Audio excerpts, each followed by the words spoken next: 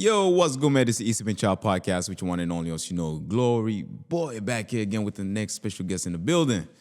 As you know, man, we haven't dropped any episode recently just because we have been working on a new space, and thank God we're here. And with this new guest that I do have on the podcast today, we've scheduled to sit down since last year, and finally here we are. It's gonna be a really great conversation, and we're gonna talk about some things that aren't really highlighted in the community, things that people don't really focus on the most because I guess not so many people talk about it. So today we're gonna have this special guest and kind of have that conversation together. And before they go ahead and introduce themselves, please go ahead and hit the subscribe button. I know you guys have been missing the show. Hit the subscribe button. Don't forget to like and share this video to somebody else. And remember to like, because when you like the video, it really helps get out there to more people. So yeah, how are you today, Miss Donna? I will not complain for fear that it might get worse. But I just want you to introduce yourself, just tell the people who you are, what you do, and then we can start this conversation. Sure. My name is Donna Robinson. I am an organizer in Buffalo, New York. I am with the New York State Jails Justice Network, the Halt Solitary Confinement, and the CCFW organizations here in Buffalo, New York. My work, if you want to call it that, is predicated on the prison system. That's what I've been doing for the past decade. Since my daughter's incarceration, I've been really getting involved in the carceral system, and the more that I dig, the uglier and, egregious it seems to get to me. I'm a great-grandmother, actually, to 5. I'm a senior citizen. I wasn't born and raised here in Buffalo, but I've been living here for 44 years, so people say, yes, you're a Buffalonian. You are. Well, I tell them I was born and raised in the dirty Jersey, and you can take the girl out of Jersey, but you can't take Jersey out of the girl. So I want you to take us back. Let's start from the beginning. How was life like in New Jersey? Because I know, just growing up there's different things that you get to experience compared to like when you came to Buffalo. So let's talk about that. Well, I was born and raised in New Jersey. My life began one of trauma. My mother had me at the age of 19. She wasn't ready to be a mother. Therefore, my grandparents, they raised me. I had a grandmother and a grandfather that, I put them up there with God, Jesus, and the Holy Spirit. Life was good, I thought, up until I turned 5 years old. I had an uncle that was incarcerated in the state penitentiary, and every other Sunday after church, since my grandmother raised me, I would have to go to the Rahway State Penitentiary with her to visit her son. I had no choice. My compensation for that, she took me to Dairy Queen and bought me an ice cream cone. Yeah, it was terrible as a child to hear those gates clanging and to see those guards. Most of them were white, fat, sweaty, and they would eviscerate my grandmother's food around the holiday times. You could cook and take food to your loved ones. They would stab her cakes, her dressing, anything that she cooked, and she would cook for 3 days. To see if there's like any type of Any drugs type or of chisel. And I would stand there and look at them, and I would think to myself, if they only knew how good that food tasted, that would be the last thing they would be doing. But then we would go into the visiting room. They had long wooden tables and chairs, so you sat with other families. Some of them you knew from your community, And this is how you visited your loved one. I told my children in no uncertain terms that if they ever got into any trouble and went to prison, that, oh, I couldn't do that. But don't ever say what you can't do or you won't do, because you will be tested. And it went from my uncle to my brothers, to my son, to my grandson, to my daughter.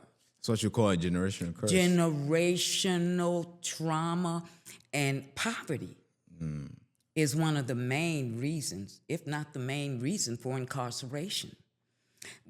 I grew up in a place called Roselle, which is not too far from Newark, which when you say New Jersey, everybody knows Newark. Not too far from Newark, but it's not even a town, it's a borough. And blacks lived on one side of the railroad tracks, and then the whites lived on the other side. So it was segregated back then. I was born in 1955. I mean, that was the age of the civil rights movement. So we were segregated. But it was different in New Jersey. The climate, because people there were not covert. If they didn't like you, if they were racist, you knew about it. I found that when I moved up here, it was a lot different.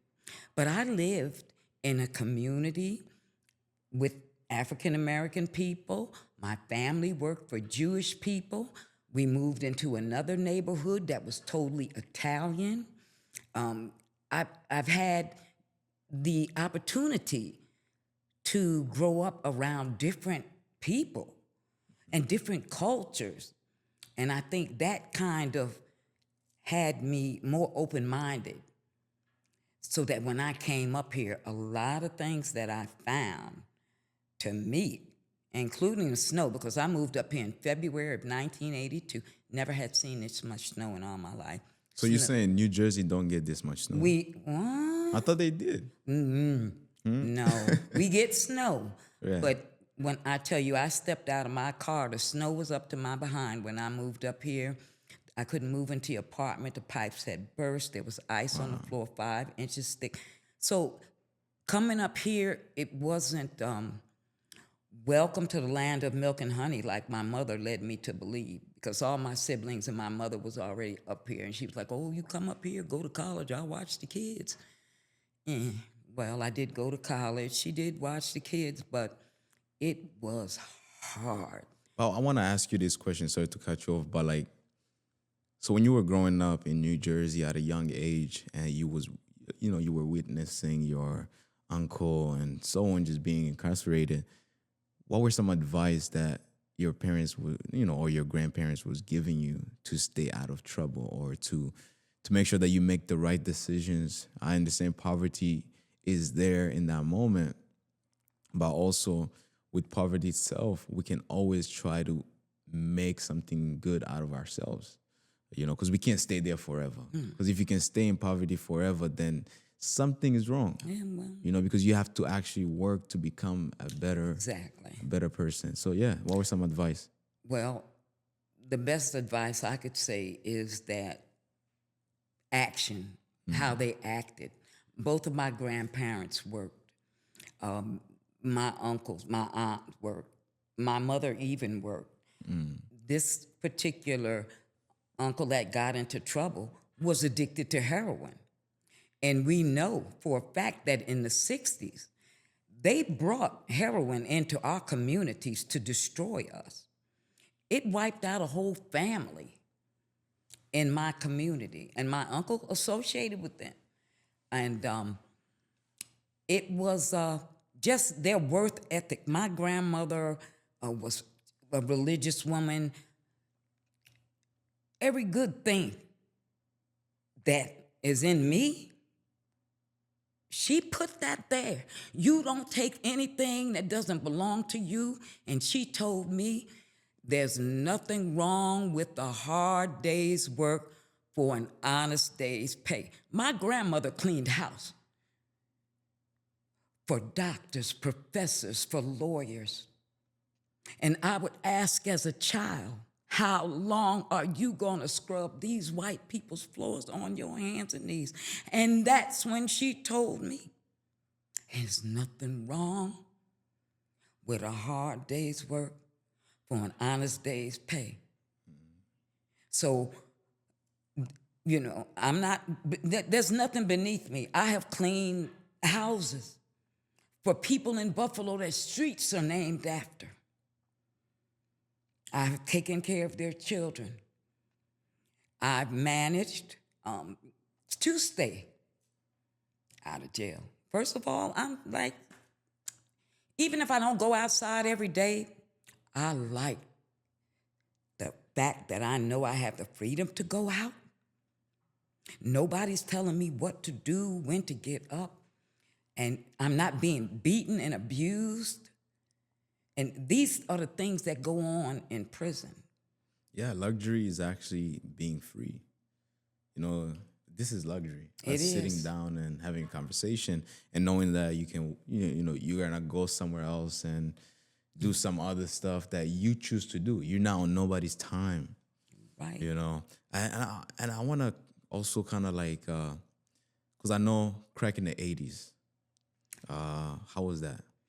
Well, they brought that in because, heroin, we're going to bring in crack. This is something new. We can get them hooked and we can get rid of them quicker, From the 80s even till now, it's still out here in the streets. Still.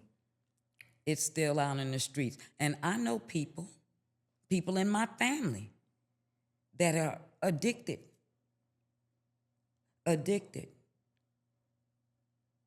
It breaks down the family structure even more because when you're addicted to that, you don't care about anything. You don't care about yourself, your hygiene, your family, your rent, your home. I know people that have lived in abandoned houses and frozen to death.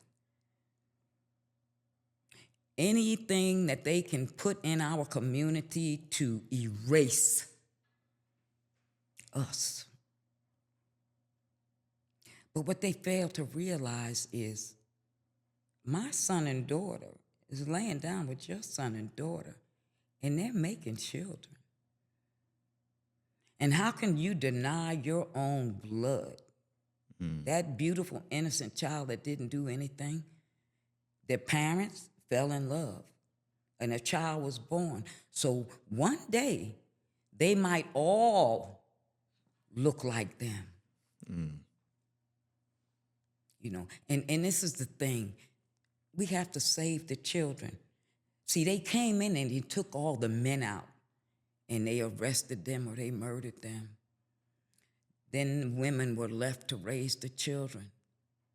But in New York State, we've got 3 women's prisons. So now they're filling them up with the women. Who's raising the children? The grandparents. Me.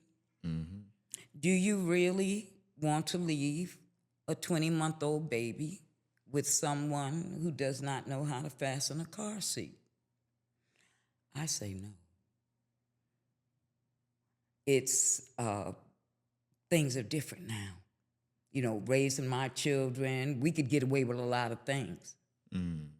Now, with the CPS and your little nosy neighbors and people that hate to see you, hate to see you thriving. Oh, yeah, she working. She left the kids in the house by themselves, yada, yada, yada. CPS is over there now. Your whole life is ruined. I mean, even me, when I was going to college and working, raising my children, my mother called CPS on me. It can ruin your life. We've got to empty out these facilities, get these families reunited, get these mothers and grandmothers home with their children, their grandchildren. Let them know, I don't care what you saw on Orange is the New Black or whatever show that you watch on TV, you're not really ready for this life. And this is what my organization, CCFW, focuses on. Change comes from within. And that's a powerful organization because it was founded by 3 men who were, and still, some still are, incarcerated right here in Wendy. They started an organization from prison with us on the outside, working to save the children.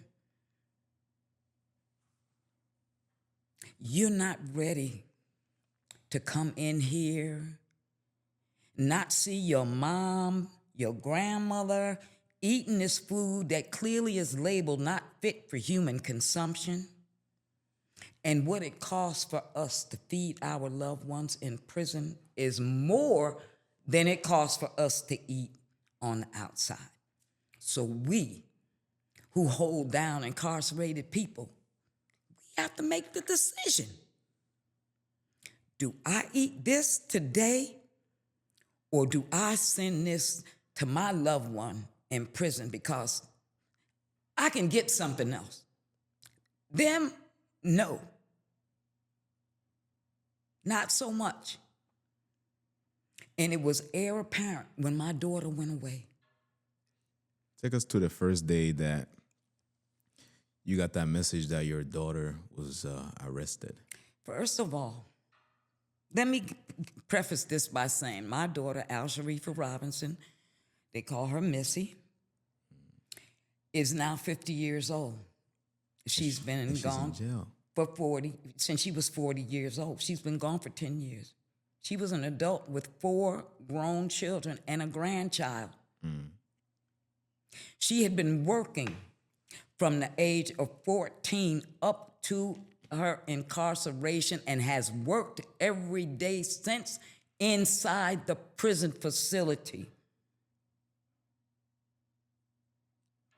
My daughter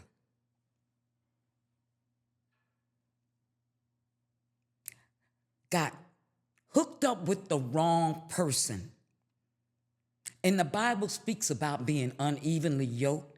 You know, when you go and get a partner, you want somebody that you have something in common, you can build, you can grow. My daughter had the mentality that she could save the world. Oh, she tells me, Mommy, nobody loves him. I can save him. How can you save somebody that does not want to be saved? Had nothing in common. Nothing in common. She'd been trying to get away. He lived a couple houses away from her. That was impossible. He was always there. If anybody parked a car in front of her house, he was there. Who is that? My friends would come over looking for me at her house if I'd be out of town, and he'd run up on them. So was there insecurity? Was there just trust issues? Like what was going on like with First him? of all, my daughter was younger than him. Okay. My daughter was beautiful. Nice figure, hair down her back. Everybody, she's got friends that she went to elementary school with right now. To know her is to love her. She's funny. We used to do stand-up comedy together, open mic night. My daughter's my best friend. She took me on a cruise. In 2000, they diagnosed me with sarcoidosis, diabetes, hole in my heart. I was on oxygen, needed a liver transplant, weighed 265 pounds. They'd given me up for dead. My daughter said, Mom, I'll give you my liver. The doctor said I would need a cadaver in order to live, and that meant somebody had to die. And it was at that point, I was older. You know, I didn't have a companion, a husband, or anything. I had grown children, grandchildren. I said, save that liver for somebody younger. They put me on the list anyway. And after 7 years of going back and forth to Strong Memorial, one day they told me it was a miracle and I didn't need the liver transplant and they couldn't find anything wrong with me, and I weighed 128 pounds and I was talking and walking again. She thought she was gonna lose me, so she took me on a cruise. So I teased her, because I'd never been, got me a passport, never had one. I said, well, I lived. Are you kind of disappointed that you spent all that money?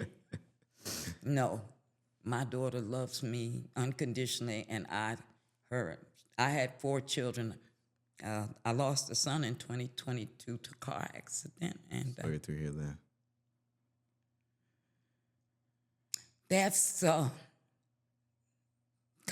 hardest thing for me to get over, the loss of a child. And by her being incarcerated at any moment, she could be killed in prison. Every time you turn on the news or you get a report, they found somebody unresponsive in their cell. Nobody's committing suicide. In prison, they're being murdered, and there's no accountability. See, if we do something, we get thrown in prison and they throw away the key, lock us up for life. You get a plea deal, you get to go to another stage, you could be another officer. Slap on the wrist, nothing. Until you have a good behavior, and then that's when they're gonna try to figure maybe take like 1 year, a couple months off. I want to ask you this question because I mean we didn't talk about why really your daughter. How can I say this? What your daughter did really in order to be put in jail. Are you comfortable speaking about that? Well, there's a movie we've been approached by TV One. Okay. They have a series called For My Man. She said, Mom, that wasn't For My Man. And what it was in October of 2015, there was a rooming house over off of Broadway and Memorial Drive caught on fire. She said she attempted to set some garbage on fire inside of the house in a waste paper basket. A couple times it didn't light, and in October it's cold, we turn our heat on. So she's lived 3 houses away. She said she went outside and she looked up and she saw smoke, and she thought that the rooming house that this guy that she had broken up with owned was on fire. So she kept calling his phone, but he wouldn't answer. Well, as I said, she had been trying to break off the relationship before. He wouldn't leave her alone. This young lady that he was cavorting with had my daughter's number. She would call my daughter. She would come and yell in front of the house. My daughter's got to get up and go to work. My daughter had her phone number, so she called her. And she told her to tell him that his house was on fire. He came over there, and it was a rooming house. There were about 10 or 11 men in there, and a lot of them went down the stairs to go out, but 2 decided to try to go out the second floor, which was a deadbolt lock on it, a steel door, and it was a 4x4 platform with a step ladder nailed to it, and one of them was in a wheelchair.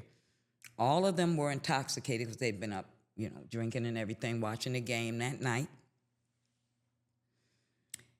The other ones, as I said, they went down and got out the building. The 2 died from smoke inhalation. When the firemen went in there, they tried to get the door open. They had to use the jaws of life, but they found them, unfortunately, there. My daughter used to advocate for those men because they were being mistreated. They couldn't live anywhere else. Some of them, were sex offenders. They couldn't live with other people in society, so they live in those rooming houses, and he would take their check and pick mattresses up off the street. The bed bugs would bite them, and my daughter would see this and would call the Board of Health. She's called a couple times advocating for them. But this particular time, she thought that she set the fire. A month later, after the building burnt down, he moved into her house with her. He told her, he said, the fire marshal want to know if you saw or heard anything that night. Gave her the fire marshal's card. In January, it was around Martin Luther King's birthday, I believe. And the fire happened in October. Now, fast forward to January. The police never got involved. The fire marshals asked her to come down to the fire station on Elmwood in Virginia into the kitchen and give a statement if she knew anything. And when they got her there on that Monday, they interrogated her. He sat down and typed out a confession, pages and pages long. Told her to sign this, sign that, just say you did it. I'm good friends with the DA and I'll get you off. My daughter had never been in any trouble, had a passport, was a great, excellent mom. She had a son that was in college, one that was autistic and mentally challenged that she left out here, another daughter with children now, and a daughter that's schizophrenic. So this has all been left for us while she's locked away. The police never arrested her. The fire marshal took her to the police station based on that signed confession. My daughter was sentenced to 15 to life by Judge Penny Wolfgang. And Penny Wolfgang said, what you did wasn't murder. It was stupid, but it wasn't murder. 2 men lost their lives, and, that bothers my daughter every day. It bothers her. She's like trying to do everything that she can to make amends. We've gotten her clemency application. She's done a domestic violence appeal because he was very violent. She's been working, as I said. She's been involved in art projects. Basically, she's a good citizen inside. I'm present. When she went there, she told me, she said, Mommy, there's women in here that don't have anybody to do anything for them. You don't have to do so much for me, but if you could help them. And I'm like, okay, I'd see what I could do. I took on a task of not only taking care of her, but about 9 other women I call my bonus daughters, my bonus sisters. When I went to visit her, there's women in there that were older than me, old as my mother. Wow. And still incarcerated, that people have forgotten about, have died off. If they were released, where would they go? They have no families. I mean, that's the thing with, when people go to jail and let's say when they leave prisons, they have nowhere to go. A lot of them are homeless. A lot of them can't really find a job. And I did speak to a couple of brothers. We were at the event,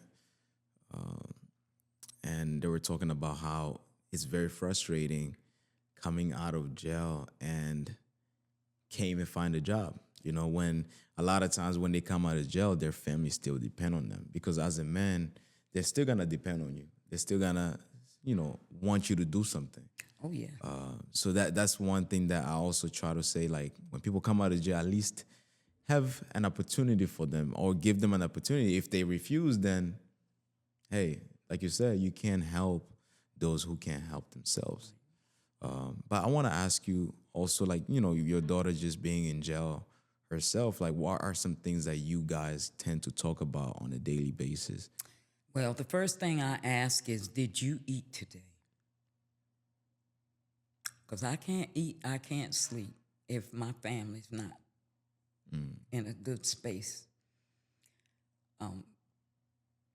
As I said, she's resourceful in there. She works, so the little money, and it's actually slavery. They have jobs inside the prison, the DMV.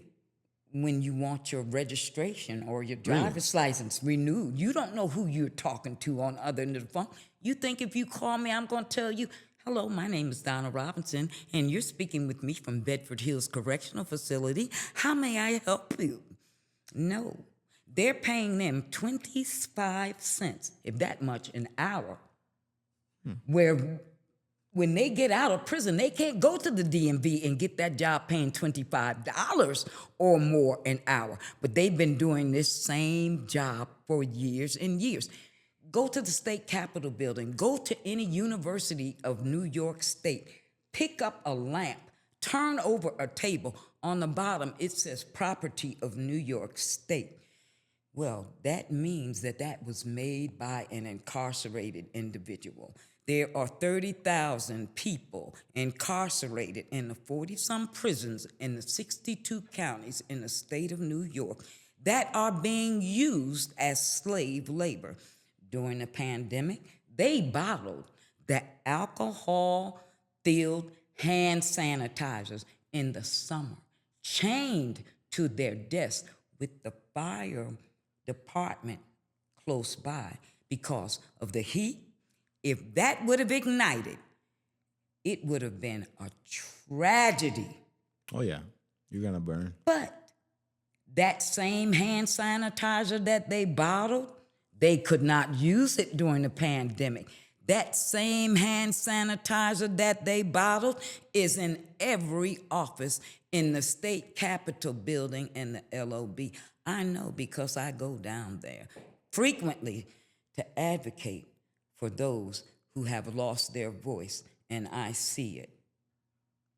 They're getting rich off of the backs of our loved ones, and we are not being compensated, and they cannot get that job when they come home.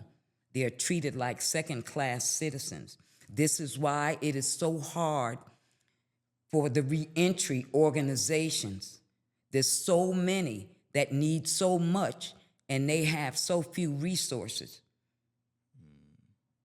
Zona, I want to ask you this. You know, in our communities, there's one thing that I feel like we should speak against is lack of leadership, lack of role models. You know, there are so many people, especially like the so-called OGs, who tend to use young people to commit crimes for them.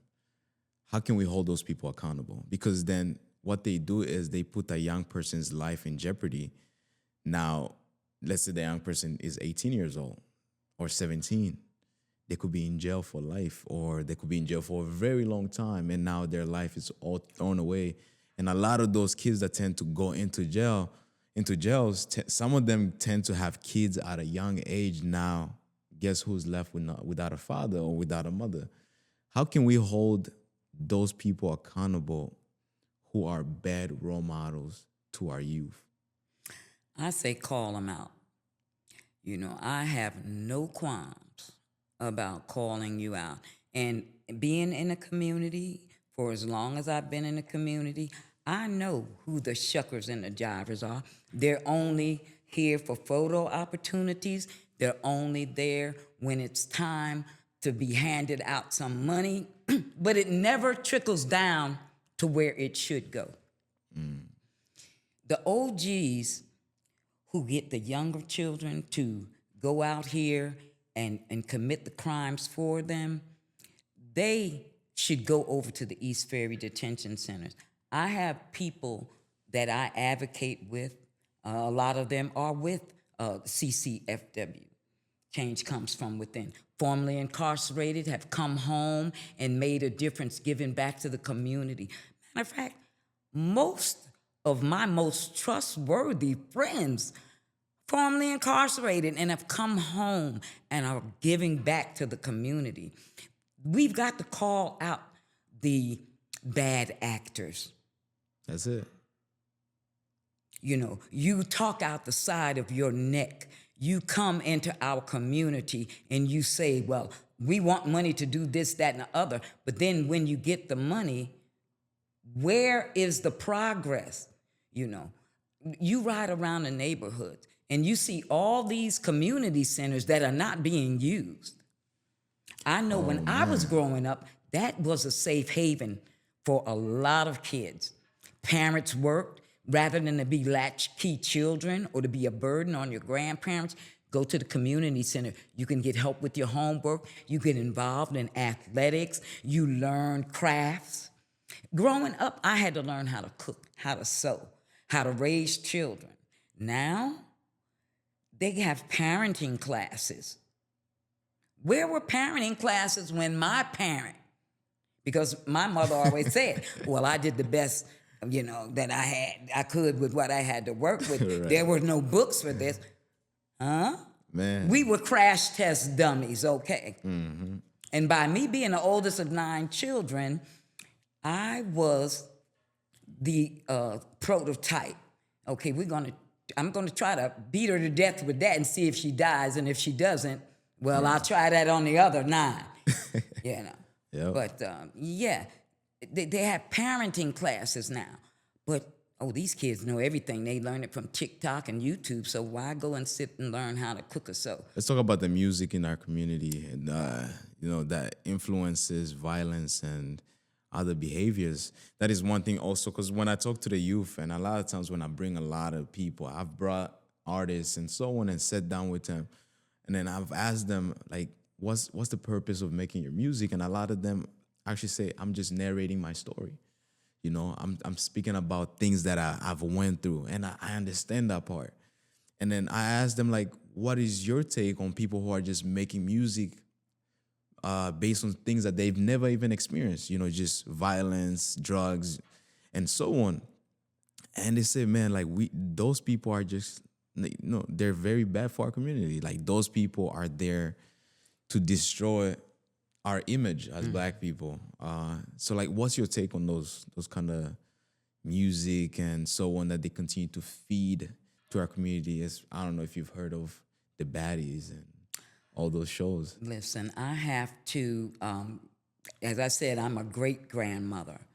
My oldest grands are in their 30s. So growing up, they would be, Nana, would you go to the music store and get this CD?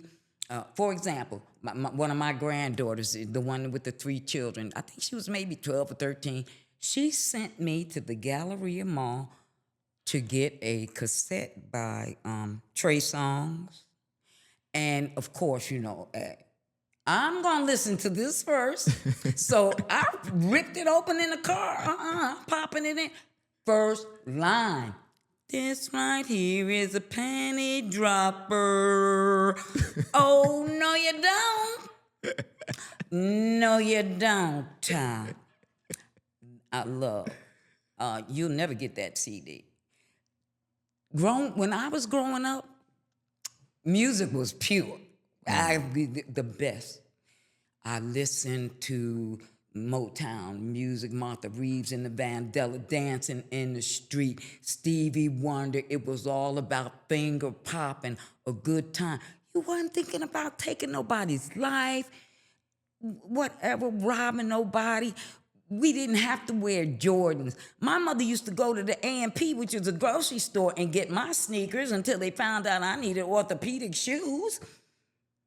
But now everything is right here in the palm of their hands. So nothing is shielded from our children from the age that they're old enough to hold the phone. And that could be a year old. They're taking all of this into a system. I listened to rock and roll at the age of 17. I had an affinity for jazz because I had been listening to it with my uncles, my older family members growing up with my grandparents. Nina Simone, Duke Ellington. I had been listening to them as a child. So when I got to be 17, I didn't want to listen to anything but jazz. That's the only true art form of music. No violence in there. It's chill. We smoked weed. Yes. Things like Acapulco Gold. You knew what you would get. Now, it's sprayed, it's stepped on, it's treated. They got different names. Come on. Too many names. Noxious oxide. You mean the stuff that boys used to put in their racing cars? Yeah, we sniffing that. I stay on it. My grandkids keep me with all of this. I have nephews who make music. My nephew, Mario, he calls himself M.A. My nephew, Markel Jeffries, he calls himself Franks. Mario's been making music ever since he was a teenager. Mile High Music, him and about 4 or 5 of his buddies used to get together at my mother's house in the basement, all this fancy equipment. He's made a few on YouTube. My nephew, well, he's my great nephew. Actually, he's my niece's son. Went to St. Joe's Collegiate, Oswego University, He was teaching. He is a spoken word poet who puts his words to music. He talks about growing up here in Buffalo and the things that he saw in the streets and the things that he knew that if he imbibed in or participated in, it would lead him right to where his other generations, his other family members were. And that's something you don't want to see your mother cry because you're going to prison. That's the worst thing in the world. Man, imagine, especially sitting in the courtroom and then they're sentencing you and they're telling you you're going to be in jail for, like you said, 15 to life. That is painful, you know, especially because you don't know what the person that you love is going through. You know, they go to sleep and then they have to wake up, maybe have 1 hour outside and go back inside again, maybe have 30 minutes on the phone. And it's just a lot of things going on that just get you worried and, you know. It's worse things. It's In crazy. the women's facility in Bedford Hills now, they have all genders there. So I shouldn't even call it a women's facility. What's your take on prison systems putting men and women in the same prison? Because I know I disagree with that. Especially like, you know, transgender people wanted to be in the same jail cells as biological women. I have nothing because, you know, in my family, we have people who are of different genders, identify differently for generations. So this is nothing new to me. But the situation that I find going on in Bedford is dangerous. It's dangerous because even though you are going through the change, those hormones make you act out of character anyway. But my daughter tells me that there are huge individuals in there with very deep voices who scream at them and tower over them and even fight with them. Wow. That's dangerous. It shouldn't be, you shouldn't mix it. But then they do that for a reason because they have the mentally challenged, people who are the Office of Mental Health individuals, they put them all together in a melting pot because they know that's going to cause a lot of confusion. It's going to be chaotic. People are not going to get along, and then we can use our license to kill. You know, and it's not fair to them either. My daughter works in a state shop, and what that is as soon as you come into the facility, you go there, you get your clothing, your bedding, etc. So she sees anybody and everybody that comes through those gates. Also, they really have a real job. Yes. Which is crazy. Yes. Wow. They have real jobs. There are porters there. In Albion, they are welders. There's a woman, she's a welder out there. All the barbecue grills that you see in the state parks, they make these grills. Wow. For pennies an hour. This is why Assemblymember Eddie Gibbs, formerly incarcerated, did his time, came home. Now he's an assembly member for the state of New York from Harlem. He was advocating for what's called the gate bill. $2,500 so that when you come from prison, you have a cushion until you get your food stamps, your Medicaid, your housing, clothing, etc. You have a cushion so that you don't recidivate, so that you're not a burden on your family because you've been gone taking income out of the house all of these years. That's a lot of money. When you think about the money that you could have been, my daughter used to make $40,000, $50,000 a year. She's been gone for 10 years. That's a lot of income. That's a lot. That's a lot. My daughter worked for the bank. Yeah, that's a lot of money. That I mean, imagine her 401k right now. You know, imagine her retirement plan. She divested out of HSBC. That was her last employer, HSBC. And when they shut down, my daughter had a 401k. She didn't even tell me how much it was. But I know for a fact. What do they do to their money, when you go to jail? Like, do they just keep it secured, or Oh, no. what happens to that, to their finances? My daughter owned a house. Of course, we can't keep up the taxes, whatever. Once they found out that she was in prison, squatters moved in the house. They took the back of the house off, she had an 89-inch projection screen TV. I'm telling you, my daughter worked for the bank ever since she was 14 years old. Got bonuses because she was so fast at her job as a key punch operator. They took the whole back of the house off to get the big screen TV out the house. The water was shut off. They were still living in the house, going to the bathroom in the toilet. Squatters. They took the pictures, the furniture, they took her shoes, everything. They went through the house like Grant went through Richmond. Of course, we didn't want to live over there. We couldn't go back to that house. Man. And he was still living in the house. When I found out he was still living in the house when she went to prison, if you don't get out of that house, the police are going to be over there quicker than a cat could lick as you know what with his tongue right on it. I kid you not. He was gone before God got the message, because I had people coming back telling me, oh, he's selling crack out the window of your daughter's. What? My daughter never did drugs, wasn't no barfly.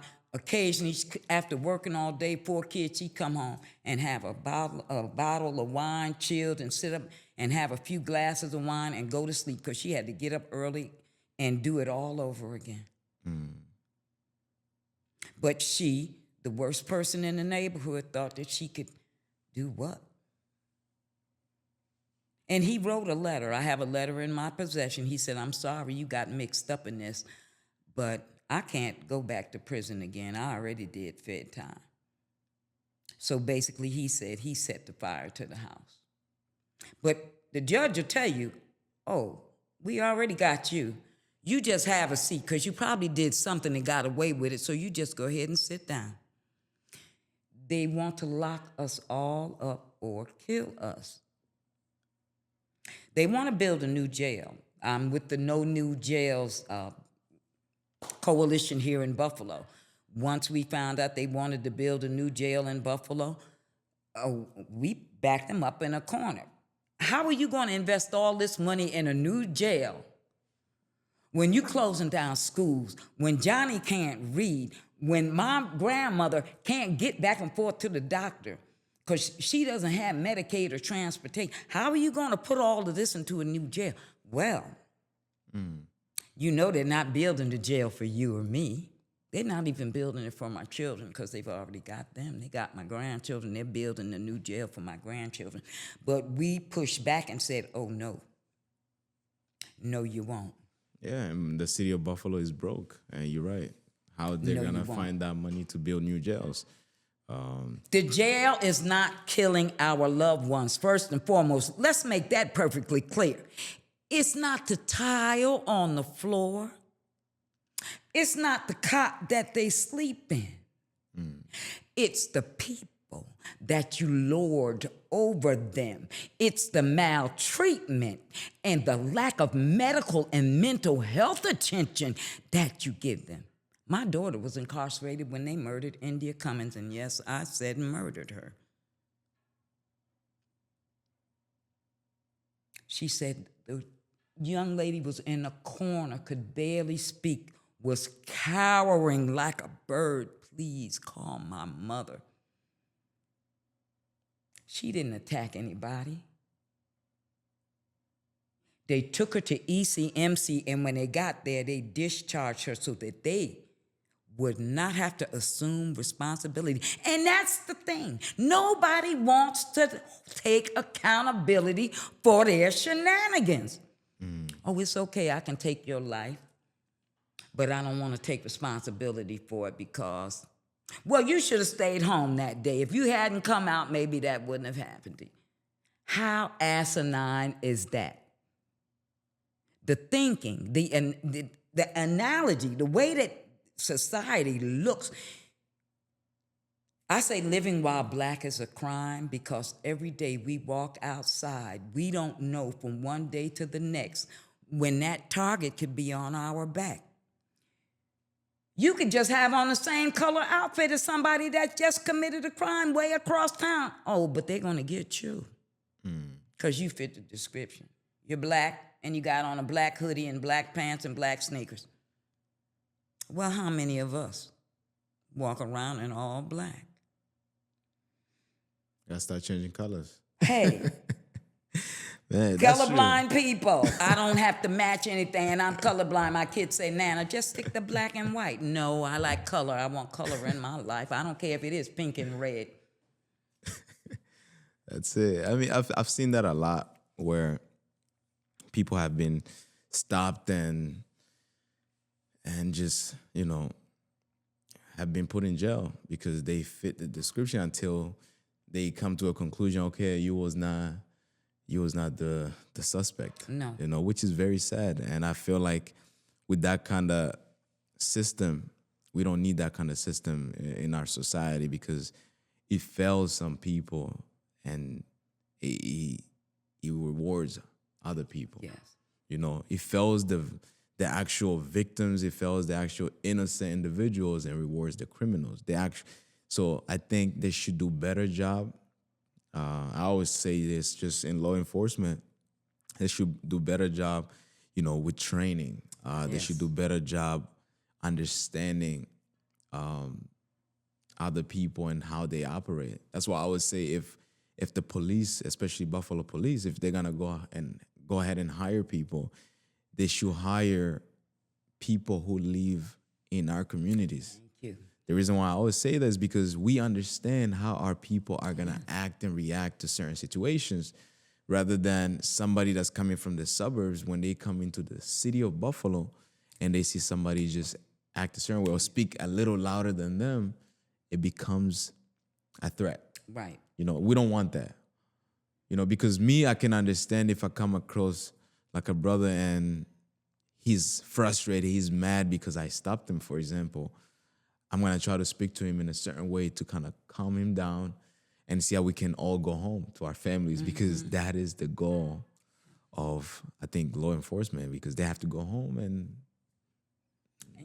we're else has to go scared home. now. With ICE, I did an event, I think maybe it was even last Saturday, down in Niagara Square because violence is trickling down from the top all the way to our community.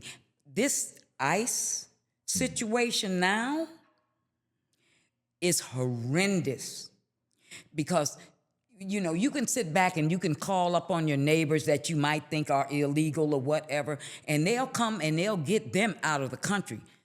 But after they've gotten them, who do you think they're going to come for next? They're coming for you. If the orange pumpkin head had his way, all of us would be erased, eradicated, sent to a foreign country. What's stopping him from saying that regardless of where you were born, if you've ever committed a crime, if you have ever been to jail, we want to deport you to a foreign country. You might not even probably won't even be able to speak the language, but you definitely won't have any family there. They might not even tell your family where they're sending you. But now you're gone. I think about that. If it gets to that point, I'm fighting so hard, not just for my daughter, but for the other 29,000 people who are incarcerated that may want to come home and have a home and a family to come to, because I get it. Everybody's not going to get the assignment and pass the test. Some people don't even want to be free. But for the ones that want to, that I'm fighting for, what if after all of that, they come home and then somebody comes and knocks on your door or comes to your job and tells you that you're under arrest and they take you away and we don't know where you are. We have no resources to get to you. What is stopping them from doing that to us. Oh, well, you say our new Mayor Sean Ryan. He, yeah, okay. Do you like him? I don't think he likes me. Because when he was a senator, I was always in his face. I speak loudly. I can go into a room and you don't even have to give me a microphone. Coming from a big family, we had to speak loud to be heard. So I use my voice to the fullest. And when I'm in the state capitol, in the LOB, wherever he is, I am on his case. And he has told me, after chasing him down to get on board with our parole justice bills, that are mechanisms of release. It's not letting anybody out of jail, but we're just saying, look at these people who are sitting there, who are dying. Look at what they've been doing since they've been in there. Give them a chance to come home. They're so old now. They can't do anything but raise their children. That's all my daughter talks about. I want to come home and sit down and read to my grandchildren. I'm jealous of you, Mommy. You get to laugh. You get to spend time with my grandchildren. That's all they want to do. Mechanisms of release. For 5 years, Chase Sean Ryan, one day, not too long ago, right here in Buffalo, he says, if you make meetings with me every session, and I never show up, I send my chief of staff or my aide, what should that tell you? He said that to you. He said that to the whole room, but I knew he was talking to me because he never got on board with our parole bills. Okay? He says, that means that I'm not interested. I'm not putting any resources into what you're talking about. I said, well, thank you very much. After I put 130,000 miles on my car, losing sleep, turning my clothes inside out because I'm staying down here longer than I bought enough clothes for. At that point, I became vehement. I was hurt. So every time I see him, I run down on him and say something. So he's the mayor now, and he's I'm going to make an executive order that ICE can't come in and do this. You're not worried about ICE coming and knocking on your door, taking you. But I am. So, you're going to have to do a whole lot more for the city of Buffalo than you did for the state of New York, as far as I'm concerned. And Kathy Hochul, and look, we've already got a campaign. Give her the stiletto and get her out of there. Dan Marticello III, the Department of Corruption Commissioner. Everybody go get the smoke. Listen, I tried to tell Andrew Cuomo during the pandemic that if he didn't do what I asked him to do, that he was going to get the boot. He laughed at me. And what happened? He got the boot. Not only did he get the boot out of Albany, but he tried to run in New York City. And they didn't even want, come on, Andy. Come on. Oh, man. Yeah, Latrice Walker, I love my assembly members and my senators from downstate because they know the struggle that we have. I feel like the state is cut in half. And I listened to Lieutenant Governor Delgado when he was here last week, and he had a kumbaya moment. He's all about reform. He was attentive. He heard my voice, and I told him, and you will be hearing me again. He seems like he's on board with doing the right thing.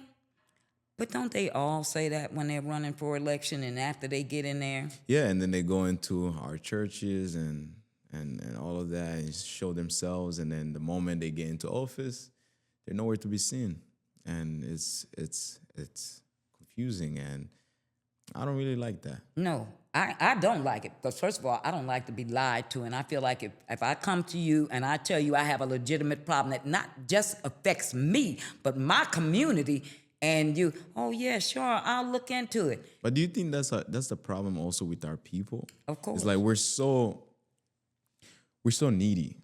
You know, we accept we don't know how to negotiate in certain situations because let's say a politician come to us and then they're giving like free food and this and that and that. We take and then we give them that vote, but we don't know how much that vote counts. That vote is basically our all livelihood, Yeah. you know? And I think we should start speaking to our people to actually make smarter decisions when going out there to vote. Vote because you feel that person is gonna make a difference, not because they came to you and talked so nice to you. You know, that's Now, gonna be very important. education is paramount. I've always believed that. I went to Medici College to be an educator.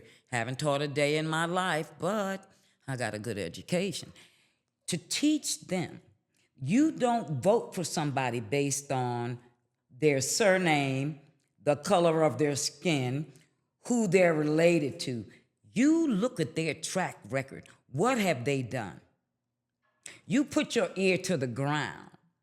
What are they saying in the back room? Because, you know, I tell everybody, I go down to Albany frequently, that on Thursday, Andrea Stewart Cousins, Carl Heastie, and Kathy Hochul, the three of them go into a back room and they decide on the laws, the bills, et cetera, that they're going to pass. They go home that Thursday. Friday, we all get screwed because they're not there. We can't do anything about it. And they already did what they wanted to do. For example, Kathy Hochul with this omnibus of bills, the big ugly bill package that she threw the bill SCOC, the State Commission of Correction, which holds these offices to accountability, holds the laws enforcement to accountability. If you kill one of our loved ones, you should be dealt with accordingly. You know, clergy should be able to go in and visit our loved ones. You shouldn't have a chance to clean up the prison or clean up your dirt before legislators come in. And, oh, you can't bring anybody with you. You have to come in by yourself. How many legislators do you know are going to go inside of a prison? A couple of them I know will, but not all of them are going to go in there by themselves, try to interview incarcerated people, take notes, all of this, watch their back by themselves. You know, she threw this in there as what? To make it seem like she was doing something. She didn't give us anything. I mean, she came to Buffalo, and Buffalo is struggling right now in terms of like, Buffalo is on debt. I think $59 million, and that $59 million could have been doing so much for the city of Buffalo, the roads, our community centers, which are really much, you know, needing help because community centers, I always say they're a scapegoat for children to go there and build relationships and, you know, just feel safe, Right. you know, in some way. Because I used to go to the community center a lot. I used to go there, play indoor soccer with so many other kids. And after that, we'll go home after school. And then the next day, we'll go, yo, I'll see you tomorrow at community center, you know. A great vibe. And I feel like we need places like that to be taken care of. There's so many people. There's so many places like, you know, Reese. Yes. You know, right there on Grand Street. Quincy, off of Broadway, a beautiful park. It's even got a not pool. taken care of. Yeah, a lot of things need to be taken care of. But yeah, there's a lot of things that we're gonna, you know, speak about in general in public and to make note of because it needs attention. It needs attention. But Ms. Donna, I want to ask you this question that I always ask all my guests, just, you know, before we go ahead and end this. What message do you have for the youth, for anybody in general, in order for them to continue to, you know, just move forward in perseverance, to never give up and to continue with a good faith? Because no matter what, your daughter is in jail, you're still doing what you have to do. You're still fighting and most importantly, fighting for the people that you love and you care for. What message do you have for the world? Well, if I could talk to my younger self, I would say all this peer pressure is going to mean nothing. When you get to be older and ready to retire and you have your family, you're going to have to leave a legacy behind. You're going to have to leave something for the ones that are coming up behind you to say, you know, they struggled and they went through hell, but they didn't do this to get money. They didn't do that to get money. They did it the old-fashioned way. They worked hard. A lot of you have dreams. You might think, and other people might tell you they're unrealistic. Don't let anybody talk you out of your dream, because there's nothing worse than a dream deferred. You know, I talk to a lot of elderly people my age, and they say, if somebody would have just sat me down and talked to me and believed in me and encouraged me, I could have been so much. Well, encourage yourself. If nobody else sits down and tells you you're not a failure, you are better than you ever thought you could be, keep your eyes focused on the prize. Forget about all of that drill music. You want to have your chain hang low. The best thing you can do is an education, to educate your mind, because if you're educated and you know that you know what you know, can't nobody tell you anything different. Because if you think that that life that you see in those videos where they posted up and they got their little teddy bears posted and they crying at their homeboys' funerals like, oh, we gonna meet you at the crossroads. If you think that really happens in real life, you keep on living. Because I've been in this world a long time and I done lost a lot of people I love and they ain't never come back. And I can't say I don't want to see them again, but I can say I don't want to have to die to see them again. So put them guns down, put all of that ray down. If you want to pick up that gun, go get your pistol permit. That's the best way, because we might all need to arm ourselves one day. We don't know what is in store for us as people of color in America. As I said, every day a target is on our back. So don't waste the best years of your life sitting around, eating oodles or noodles, watching YouTube videos. Get up, get out, and get something. Do something for your future, for the future of your children and their children that's going to come up behind you. Because time is the only thing you cannot get back. Can I get back? Well, thank you so much, Ms. Donna. It was an honor having you on the show. And guys, if you did enjoy this, please go ahead and hit the subscribe button. I'm so glad we sat down and had this conversation because, I mean, for a conversation to wait since last year and this to be here, it's an honor. And I just wish you all the best and continue to be the voice. Continue to be the voice for those who don't have a voice, especially for your daughter who's incarcerated. Be the voice for her. And I just can't wait for the world to see this interview because, man, there's a lot of stuff that we did cover that's going to make a huge difference. And a lot more we need to cover. Most I mean, definitely. this is a never-ending topic. Every day is something else that's happening in the prisons. So, you know, every day she calls, I'm finding out what's going on. That's it. You know, did you eat first and foremost? And then, you know, we laugh. We laugh a lot about things that, you know, we take for granted out here. That's it. Yep. But yeah, guys, thank you, and go ahead and hit the subscribe button. And yeah, till next time. Peace. Hit that button.